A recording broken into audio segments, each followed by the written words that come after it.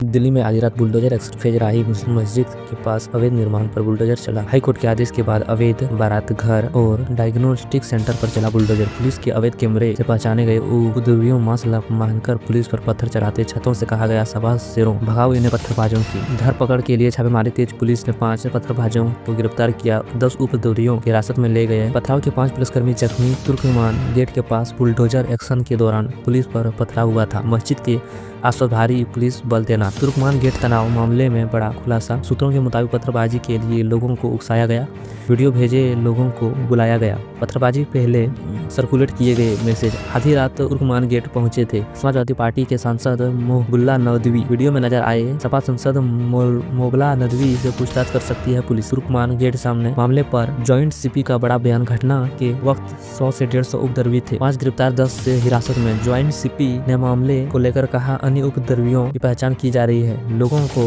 भड़काने के आरोप में गिरफ्तारी की जा रही है। दिल्ली बीजेपी अध्यक्ष वीरेंद्र सचदेवा ने तुर्कमान गेट के स्थित फैज इलाही मस्जिद के पास अतिक्रमण हटाने पर कहा, अतिक्रमण हटाना ही था, लेकिन पत्थरबाजों के हाथ में पत्थर किसने दिए।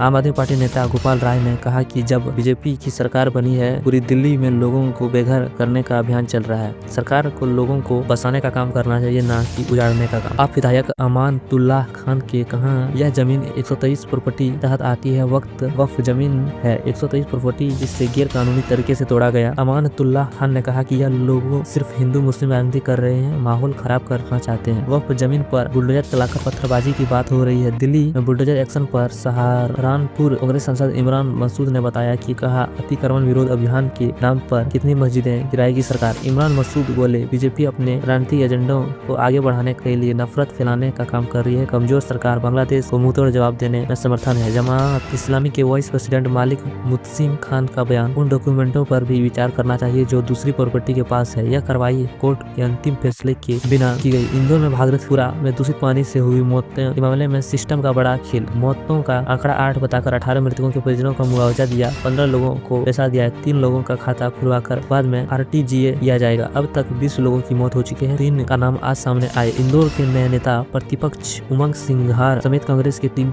ने बाकी इलाकों में दूषित पानी का रियलिटी चेक किया। घरों में से सैंपल लिए पानी में कहा, इंदौर में कई जगहों में पानी दूषित है। परंपरा के मुताबिक केंद्रीय बजट रविवार 1 फरवरी पेश किया जाएगा। इससे पहले कई बार बजट रविवार को दिन पेश किया जा चुका है। तमिलनाडु विधानसभा चुनाव को लेकर NDA का मास्टर प्लान। सूत्रों के मुताबिक दिल्ली में पूर्व मुख्यमंत्री E पलानीस्वामी उत्साह की फाइनल मीटिंग हुए। PMK को 18 सीटों देने की सहमति बनी। सूत्रों के मुताबिक बीजेपी, AIADMK और PMK के बीच सीटों का बंटवारा साझा। राजनीतिक और चुनावी समन्वय पर अंतिम सहमति बन सकती है। जालंधर में पंजाब सरकार अब से युद्ध नशा विरुद्ध दूसरा चरण शुरू करेगी। थोड़ी देर में CM मान और केजरीवाल दूसरे फेज की शुरुआत करेंगे। बगल में बीजेपी ने प्रदेश कमेटी की घोषणा किया है। अग्निमित्रा पाल, जगन्नाथ चटर्जी, तापस रॉय, निश्चित प्रमाणिक समेत 12 लोगों को उपाध्यक्ष बनाया गया। लोकेट चटर्जी महासचिव बने हैं, आशीष भाप्ता कोषाध्यक्ष बन गए और साथ ही देवजीत सरकार का मुख्य प्रवक्ता बनाया गया। अमरनाथ में बीजेपी कांग्रेस के गठबंधन की खबरों को लेकर बोले CM, फडणवीस, कांग्रेस और AMIM के साथ गठबंधन मंजूरी नहीं। लोकल लेवल पर जो फैसला लिया गया उससे दुरुस्त किया जाएगा। बीजेपी कांग्रेस गठबंधन को लेकर कांग्रेस नेता हर्षवर्धन ने कहा कि अगर किसी भी लोकल नेता की बीजेपी के साथ गठबंधन किया है तो कांग्रेस उस नेता के खिलाफ सख्त कार्रवाई करेगी। किसी भी कीमत पर कांग्रेस बीजेपी के साथ चुनाव नहीं लड़ेगी, चाहे वह कोई सा भी चुनाव हो। लखीमपुर खीरा के दोराहा से बीजेपी के विधायक विनोद शंकर अवस्थी का बड़ा बयान। कहा, जनपद के सारे प्रतिनिधियों को मिलकर आवाज उठाई, बावजूद इसके स्पेशलिस्ट डॉक्टर मौजूद नहीं। मध्य प्रदेश में सीपुर में वन कर्मियों पर भूमि माफियों का हमला। बोला, वन विभाग भूमि में से अतिक्रमण हटाने पहुंचे वन विभाग पर टीम पर हमला हुआ। माफियाओं से हमले 3 वन कर्मी जख्मी हुए, घायलों का अस्पताल मिला जुटी पुलिस। यूपी के शिक्षा मंत्री बड़ी सौगात, शिक्षा मित्रों की मनचाहे स्कूल में तैनाती होगी। मंत्री संदीप सिंह ने विभाग को निर्देश दिए। बेसिक शिक्षा विभाग ने तैयारियां शुरू की। यूपी के बिजनौर में दबंगों की मनमानी का वीडियो वायरल। दबंगों ने युवक की सड़क पर रोककर पिटाई की, जूते चप्पल से थप्पड़ बरसाए। ओसा के भुवनेश्वर में बस ने ऑटो के पीछे से टक्कर मार दी। बस और स्कूल वैन को बीच में